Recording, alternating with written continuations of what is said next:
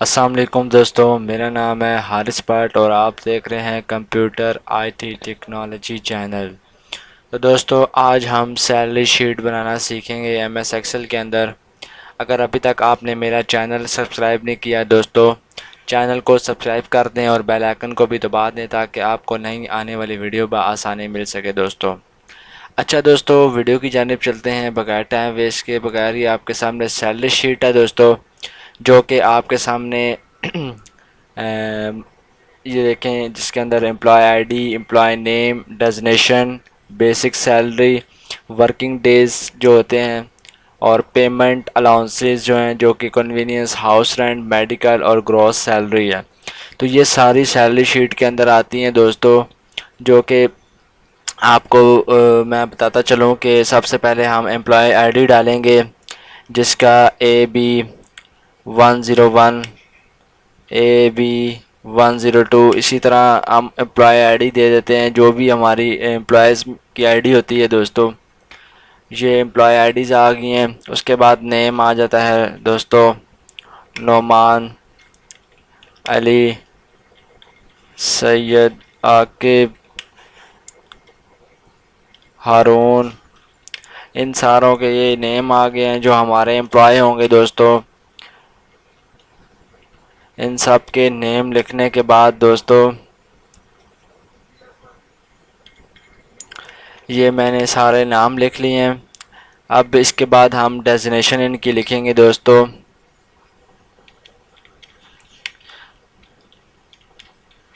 ये अब नेम लिख दिए हैं, डेजिग्नेशन हम लिखेंगे। उसके बाद फॉर एग्ज़ाम्पल हमारे जो एम्प्लॉयमेंट है उनकी जो डेजिग्नेशंस हैं, उनके जो एम्प्लॉय नेम के आगे आपने वही लिखनी है। फॉर एग्ज़ाम्पल आपके जो डिपार्टमेंट है या आपकी ऑर्गेनाइजेशन में है, वो जूनियर असिस्टेंट, फिर सीनियर असिस्टेंट, फिर आगे सुपरवाइज़र, एडमिनिस्ट्रेटर, असिस्टेंट डायरेक्टर,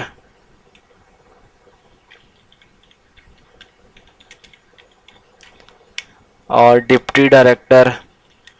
ये सारी जितनी भी पोस्ट हैं, ये डेजिग्नेशन लिखी होती हैं जो एम्प्लॉयज़ की हैं। और यहाँ पर डायरेक्टर लिख लेते हैं यहाँ पर, और यहाँ इंस्ट्रक्टर लिख लेते हैं दोस्तों। यहाँ सीनियर सुपरवाइज़र लिख लेते हैं, सीनियर सुपरवाइज़र हो गया यहाँ पर सुपरवाइज़र। ठीक है दोस्तों, इस तरह ये हमने इनकी डेजिग्नेशन लिखी है और अब हमने उसकी बेसिक सैलरी लिखनी है, जो हमारे एम्प्लॉय की बेसिक सैलरी है। सुपरवाइज़र की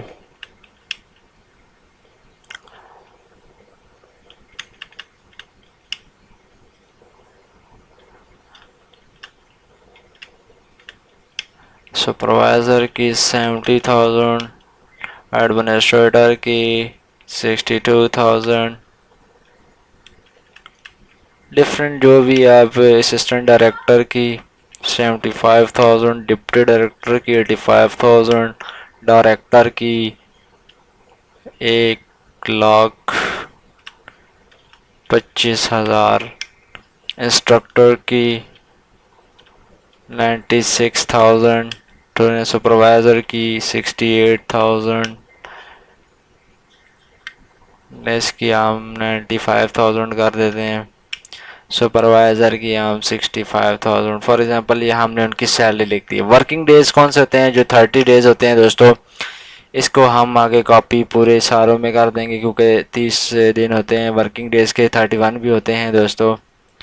तो कन्वीनियंस, अच्छा उसके बाद हमने कन्वीनियंस कैसे निकालना है वो मैं आपको तरीका बताता हूँ दोस्तों।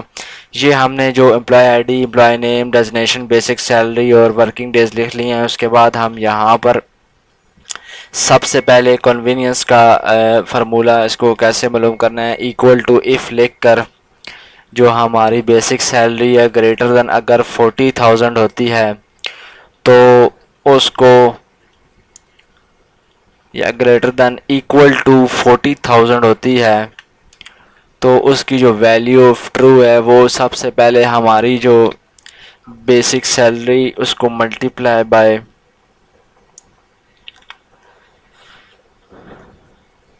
ये कुछ जो फार्मूले हैं दोस्तों, इसको देख लें कि इसके अंदर जो फार्मूला यूज़ होना है वो सबसे पहले इफ़ का यूज़ होना है कि अगर हमारी जो वैल्यू है 40 से ग्रेटर दैन इक्वल टू 40,000 है तो उसको जो बेसिक सैलरी है multiply by 2.5 if value of false, अगर उसकी फॉल्स वैल्यू कौन सी होगी,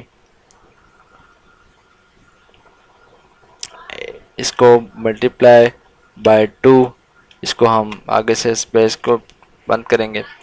अच्छा दोस्तों, ये जो इसके अंदर जो हम यूज़ करेंगे वो परसेंटेज है 2.5 परसेंटेज और 2% इसका आगे इस तरह ऐड करना है।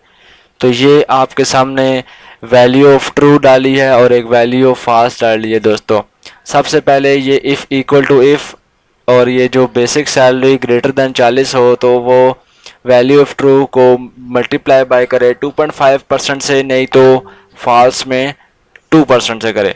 तो अब मैं इंटर दबाऊंगा तो कन्वीनियंस हमारे पास 1250 आ गया दोस्तों। और इसको हम सब के जितने भी हमारी वैल्यूज़ हैं उसके अंदर फार्मूला यूज़ करेंगे तो ये सारा उसका कन्वीनियंस एम्प्लॉय का आईडी का जितने जो एम्प्लॉयज़ हैं उनका आ जाएगा दोस्तों। इसको हम सेंट्रलाइज कर लेते हैं दोस्तों। ठीक है, ये तो हमारे पास आ गया कन्वीनियंस। ठीक है, उसके बाद हम इसको करते हैं हाउस रेंट। हाउस रेंट कैसे निकालना है, बेसिक सैलरी के ऊपर क्लिक करें, इक्वल टू इफ लिख के, ठीक है, greater than equal to 40,000। Value of true क्या होगी कि बेसिक सैलरी हमारी मल्टीप्लाई होगी 6% से। शिफ्ट दबा के इसको जो मल्टीप्लाई का जो ऑप्शन है उसको क्लिक करना है और 6.5 परसेंटेज और फिर वैल्यू ऑफ ट्रू क्या होगी, जो बेसिक सैलरी है जो इसका जो इसको हम मल्टीप्लाई बाय करेंगे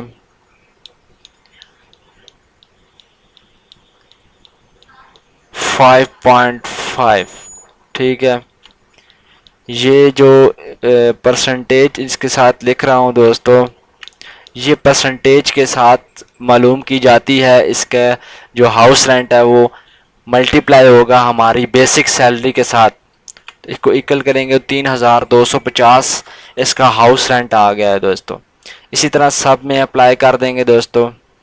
और इसके बाद मेडिकल, ये जो परसेंटेज है जो अलाउंसेस दिए जाते हैं ये ऑर्गेनाइजेशन की तरफ से दिए जाते हैं कि उनको कितने परसेंटेज के हिसाब से देना है, तो मैं उस हिसाब से परसेंटेज से फॉर एग्जांपल अब मैंने इसकी जो कन्वीनियंस डाली है दोस्तों वो किस परसेंटेज के हिसाब से डाली है, 2.5 के हिसाब से। ठीक है दोस्तों, और 2% के हिसाब से। अगर 40 से ग्रेटर देन है तो 2.5 के साथ मल्टीप्लाई करके ट्रू वैल्यू दे, और अगर 40,000 से लेस है इसकी सैलरी तो उसको 2% से मल्टीप्लाई करके वैल्यू हमें शो ऑफ कराए और उसका कन्वीनियंस निकाले। तो ये मैंने जो इंटर किया तो आपके सामने 1250 इसका कन्वीनियंस आ गया। ये कन्वेंस इसका जो हमारे सामने 1250 आया है दोस्तों, वो इसको हमने कैसे कैलकुलेशन की है, जो अलाउंसेस दिए जाते हैं ऑर्गेनाइजेशन की तरफ से वो इसके हिसाब से हमने परसेंटेज के हिसाब से इसको मल्टीप्लाई करने हैं। अच्छा, ये तो कन्वीनियंस के हो गए। और ये अब हाउस रेंट 6.5 मैंने दे दिए हैं क्योंकि हाउस रेंट थोड़ा ज़्यादा मिलता है दोस्तों। मेडिकल अब इक्वल टू इफ़ दबाएंगे दोस्तों, इक्वल टू इफ़ दबाने के बाद ये बेसिक सैलरी को हम दोबारा से ग्रेटर दैन इक्वल टू 40,000 और उसके बाद हमारी बेसिक सैलरी इसके जो मेडिकल हम इसको जो परसेंटेज देंगे वो 3.5 होगी दोस्तों।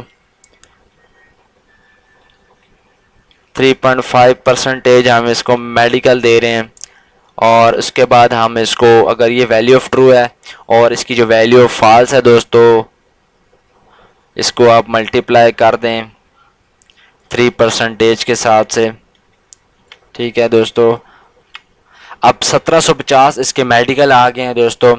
और इसी तरह हम सब में ये फार्मूला यूज़ कर लेंगे। ये जो सब में फार्मूला यूज़ होता है, सबसे मेन चीज़ है कि आप जब एक चीज़ में वैल्यू को फार्मूला जो लगा लेते हैं, वो सब में जब आपने ड्रैग करना हो या सारी वैल्यूज़ में फार्मूला लगाना हो, तो आप एक में फार्मूला यूज़ करके आप सब में उसका फार्मूला लगा सकते हैं। जैसे ही मैंने इसको क्लिक किया और साथ में ही मैंने इसको क्लिक करके इसको सब में फार्मूला लगा लिया। ये बहुत ही आसान तरीका है एक्सेल की, ये बहुत ही अच्छी इसमें काम करने के बहुत ही ज़बरदस्त तरीका है। ये देखें, अब हम इसको सेंट्रलाइज करेंगे और उसके बाद हम यहाँ पर अब उसको करेंगे ग्रॉस सैलरी इसकी कितनी बनती है दोस्तों, वो देखते हैं।